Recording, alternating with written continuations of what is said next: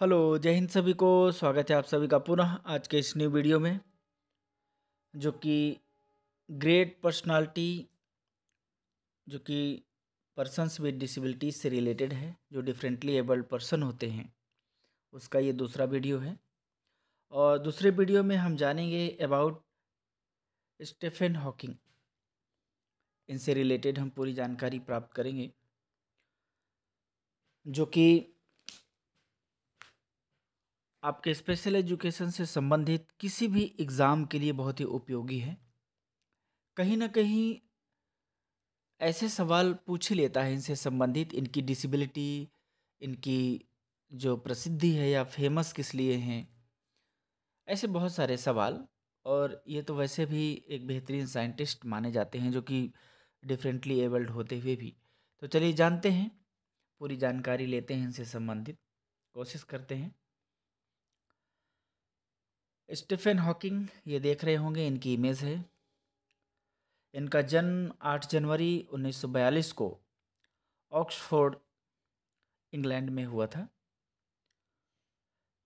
इनकी डेथ या मृत्यु 14 मार्च 2018 को कैम्ब्रिज इंग्लैंड में हुई थी। इनका जो कार्य क्षेत्र है, यानी कि जो वर्किंग एरिया है, जिसके लिए ये बेसिकली लोग जानते हैं कि ये क्या थे, ये अमेरिकी वैज्ञानिक हैं, यानी कि अमेरिकन साइंटिस्ट हैं, ऑथर हैं एंड एडुकेटर हैं। इनको जो दिव्यांगता थी, डिसेबिलिटी थी, वो थी एमियोट्रॉफिक लेटरल स्क्लेरोसिस, इसको एएलएस कहते हैं। जो मांसपेशियां होती हैं और जो मांसपेशियों का कंट्रोल होता है, वो खो जाता है। हम चाह कर भी कंट्रोल नहीं कर सकते हैं। ये एक ऐसी खतरनाक समस्या है जो इनको हो गई थी, और पूरी तरह से इन्होंने अपनी बॉडी के कंट्रोल को खो दिया था। सिर्फ माइंड वर्किंग करता था। ये ज़्यादातर माने जाते हैं किसके लिए फेमस हैं, तो big bang theory, black hole, ये ज़्यादातर फेमस हैं, इनके लिए जाने जाते हैं। इनको अवार्ड भी मिले हैं, और ये अवार्ड 2009 में एक मिला है इनको, स्वतंत्रता का राष्ट्रपति पदक, प्रेसिडेंशियल मेडल ऑफ फ्रीडम, और दूसरा है कोपले पदक, 2006 में मिला था। इनके जो कोट्स हैं, सुविचार हैं कि जीवन चाहे कितना भी कठिन क्यों ना लगे, आप हमेशा कुछ ना कुछ कर सकते हैं और उसमें सफल हो सकते हैं। सही बात है, क्योंकि हम छोटी समस्याओं को भी बड़ा ले लेते हैं, जबकि वो इतनी डिफ़िकल्ट होती नहीं है, और ना लाइफ इतनी डिफ़िकल्ट होती है। बट कई बार हम अपने मनोवैज्ञानिक स्थितियों के अनुसार बना लेते हैं। इन्होंने कई सारी बुक्स भी लिखी हैं। The large scale structure of space time, 1973 में इन्होंने जीएफ और एलिस के साथ सह लेखक के तौर पर लिखे थे।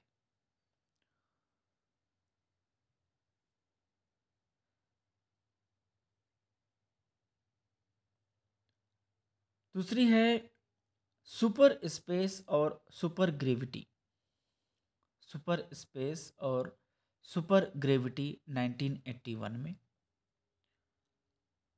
नेक्स्ट है द वेरी अर्ली यूनिवर्स, 1983 में इन्होंने लिखा इसे। इसके बाद इन्होंने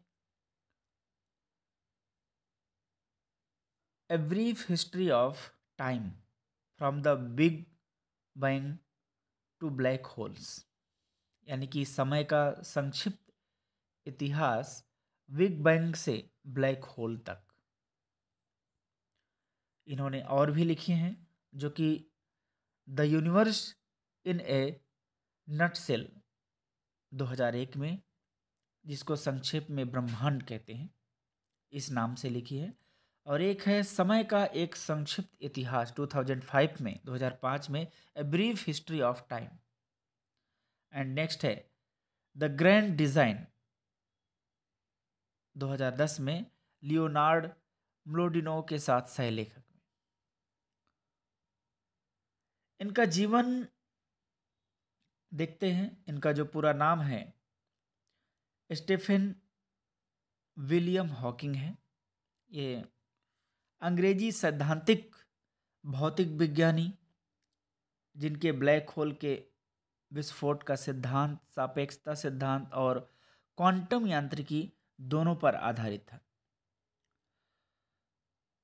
हॉकिंग महोदय ने भौतिकी यानी कि फिजिसिस्ट का यूनिवर्सिटी कॉलेज ऑक्सफोर्ड जो कि बीए 1962 और ट्रिनिटी हॉल कैम्ब्रिज में पीएचडी 1966 में इनका अध्ययन किया था इन्होंने। 1960 के दशक की शुरुआत में हॉकिंग को एमियोट्रोफिक लेटरल स्क्लेरोसिस हो गया, जो एक लाइलाज अपक्षयी न्यूरोमस्कुलर रोग है, बहुत खतरनाक होता है। हॉकिंग ने मुख्य रूप से सामान्य सापेक्षता के क्षेत्र में काम किया है।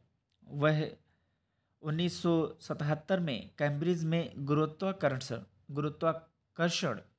भौतिकी के प्रोफेसर बने और 1979 में उन्हें कैम्ब्रिज के लुकासियन गणित के प्रोफेसर के पद पर नियुक्त किया गया। यह पद कभी आइजैक न्यूटन के पास था। यानी ये बहुत बड़ी बात है कि कितनी समस्या से गुजरने के बाद भी इन्होंने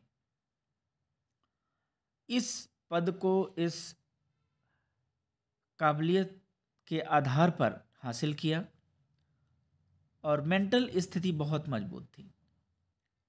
2008 में उन्होंने वाटरलू ओंटारियो कनाडा में perimeter institute for theoretical physics में विजिटिंग रिसर्च चेयर स्वीकार किया। ये इसका इंग्लिश वर्जन है वही। इससे संबंधित कुछ क्वेश्चंस हैं, बाकी और भी आप सर्च कर सकते हैं, देख सकते हैं। गूगल बाबा जिंदाबाद है। वन लाइनर क्वेश्चंस हैं, इसमें आंसर भी हैं। स्टीफन हॉकिंग का जन्म कब हुआ था? 8 जनवरी 1942 को। स्टीफन हॉकिंग का जन्म स्थान कौन सा है? Oxford, England. स्टीफन हॉकिंग की मृत्यु कब हुई? 14 मार्च 2018 को। बहुत सिंपल हैं, खास करके जेबीटी के लिए आते हैं, क्योंकि टीजीटी में ज़्यादातर व्यवहारिक क्वेश्चन पूछे जाते हैं बड़े लेवल में, बट कई बार ऐसे भी सवाल आ जाते हैं टीजीटी में भी। स्टीफन हॉकिंग किस बीमारी से पीड़ित थे? एमियोट्रोफिक लेटरल स्क्लेरोसिस, ये ध्यान रखना है। एएलएस का पूर्ण रूप क्या है? एएलएस क्या है? वही एमियोट्रोफिक लेटरल स्क्लेरोसिस। कई बार इसका फुल फॉर्म पूछ सकता है। नेक्स्ट क्वेश्चन है, एमियोट्रोफिक लेटरल स्क्लेरोसिस बीमारी का पहली बार निदान किसने किया था? ऐसे भी सवाल आ सकता है। ये 1869 में यानी कि 1869 में जीन मार्टिन चारकोट ने पहली बार इस बीमारी का निदान किया और 1874 में एमियोट्रोफिक लेटरल स्क्लेरोसिस शब्द का उपयोग करना शुरू किया। एमियोट्रोफिक लेटरल स्क्लेरोसिस से आप क्या समझते हैं? अगर ऐसा आ जाए एक नंबर में तो भी 4 ऑप्शन देगा। हालांकि इसका उत्तर है मांसपेशियों का स्वैच्छिक नियंत्रण खो जाना। यानी हम चाह कर भी अपने मांसपेशियों को नियंत्रित नहीं कर सकते हैं, पूरी तरीके से कंट्रोल खो जाता है। स्टीफन हॉकिंग किसके लिए प्रसिद्ध थे? Big bang theory, black hole, ये बेसिकली इनके लिए बहुत फेमस थे। बिग बैंग सिद्धांत क्या है? बिग बैंग सिद्धांत इस बात की प्रमुख व्याख्या है कि ब्रह्मांड की शुरुआत कैसे हुई, ये इससे रिलेटेड है। बिग बैंग सिद्धांत किसके द्वारा प्रस्तावित किया गया था? ये बेल्जियम के पादरी और भौतिक विज्ञानी जॉर्जेस लेमेट्रे, ये उसके द्वारा किया गया था।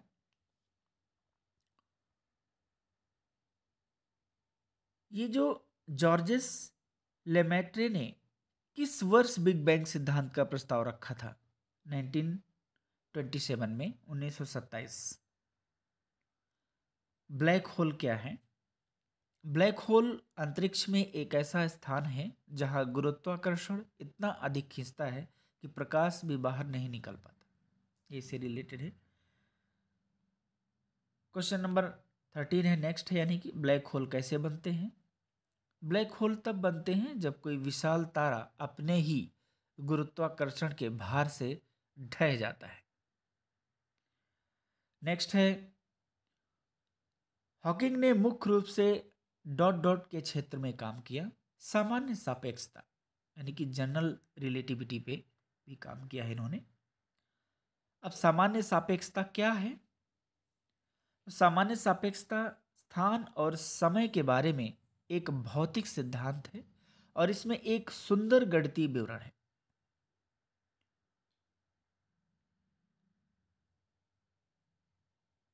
सुविचार कि जीवन कितना भी कठिन क्यों ना लगे, आप हमेशा कुछ ना कुछ कर सकते हैं और उसमें सफल हो सकते हैं। किसके द्वारा दिया गया है? तो स्टीफन हॉकिंग के द्वारा। स्टीफन हॉकिंग की पुस्तक a brief history of time from the big bang to black hole वर्ष डॉट डॉट डॉट में लिखी, यानी कि किस वर्ष में लिखी गई थी? 1988 में, 1988 में।